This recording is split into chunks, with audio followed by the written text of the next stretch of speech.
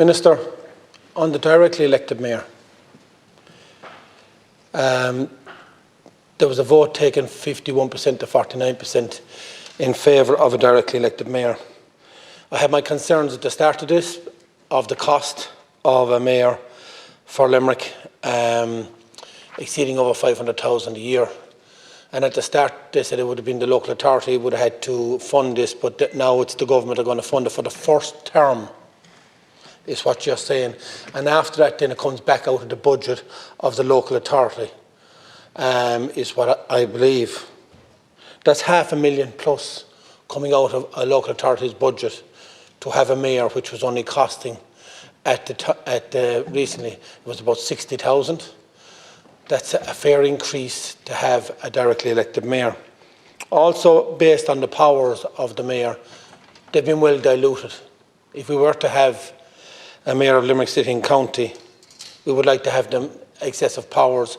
And in the Housing Committee, you said yourself that with the directly elected mayor, it was in the programme for government that you had put down for the directly elected mayor. And the LNG terminals were also in your programme of government, and you'd done a bit of a U-turn on that at the moment. So things that were in the programme of government always don't stack up.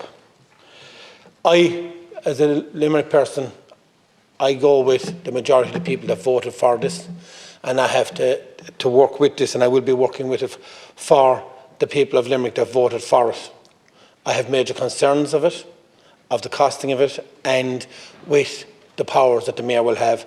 I also brought up at the Housing Committee meeting with you that of the staffing of this, and the staff that you're allowed to choose yourself, but you're allowed to choose from the council staff, which again I have major concerns myself. Is not saying that the council staff would not be good enough, but I'd like to have, if I was the mayor of Limerick, I'd like to have my own people around me. Yes, I could have one or two, but I'd like to have my own advisors and my own staff around me to make the difference that I'd like to get done if it was my term in office.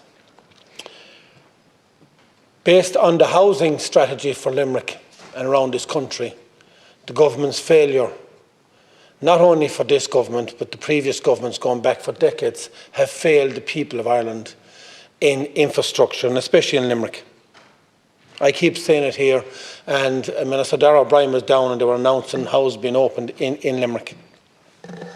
And we went around to 5 or 6 areas where they were actually announcing houses in Limerick. And every place we went around, I asked the Minister to ask the developer that was there, or the contractors were there, how much capacity is left on the system that we are here. And every one of them said we're at max capacity, we can build no more houses here, until actually came back towards the city. The Minister quickly realised that over 2/3 of County Limerick have no infrastructure. Now in Croom, they have started the water supply, which should have been the new pipeline coming from Limerick out to Croom to supply the areas, has only started. It actually started yesterday, Monday. This was due to start over 12 months ago, but due to contractors and the price increases, this didn't start.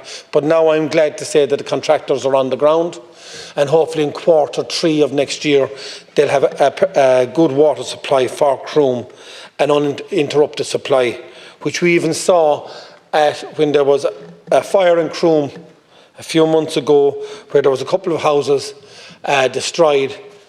The fire service had no water supply adequate to tackle the fires in Croom. If they had adequate, they had loads of engines, but they had to scuffer to get water supply because they hadn't got the pressure in the water system. A government is supposed to look after all the country, whether you're urban or rural. This government and the previous governments have only looked after infrastructure within sectors of where they want to be. And if you look at Limerick, it's within 15 minutes of Limerick City is all that they're looking for investment. So you've left out Deskeaton, 43 years, waiting for a sewerage upgrade. Glen, now you're promising that they're going to come online. Ula, we can keep going around Drumculloher, I'll keep going around the county, of all the places that you've promised for years that you're going to invest in infrastructure. The government here have actually destroyed Dublin itself by overpopulating it. You can't get into Dublin, you can't get out of Dublin. You can't move home, either from Dublin, you can't move home because of the excessive prices. You've moved everything into the cities, which means that nobody that actually lives in Dublin can return home. And what are they doing? They're leaving the country. Like every other place around the country, they're leaving. If you had invested in infrastructure around this country, we could have rebuilt towns and villages, which would have made them sustainable. Would have been sustainable for schools, businesses, sports, everything would have been sustainable. And then it would have actually made a business case for a proper transport network. But no. You decided to put into your money all into one urban areas, and you forgot about the rest of the county. That's been a failure of the governments. To date, that's the failure that they have failed on. So, Minister, with the next election looming in the next 12 months or so, or less, the local authority elections, we'll have the European elections, and the way I'm reading it, the general election shortly after. And looking at your own party, seeing up on 32% of candidates will not be running when you look at it from the point of view of TDs down to councillors. The writing is on the wall. It saddens me to see that in a democratic country like Ireland. It saddens me to see that. But now people in this country have finally realised that you have not been looking after all of Ireland. You've only looked after a certain network within yourselves, thinking that you are right. So you've had too much of an urban cabinet, and you have forgot about the rest of the country, which means that you've forgot about most of the SMEs in this country, small business, which employ 51% of the people in this country. You forgot about the parishes, you forgot about the villages, you forgot about the towns, you forgot about investment. If you had a proper business plan, all of Ireland would be represented by a government. But when you have a government that's over city-based, you have destroyed it for everyone, including the cities. You've destroyed the cities as well. Because now you've overpopulated, you've driven inflation through the roof, and you've forgotten about the people that actually put you here. Thank you, Chair.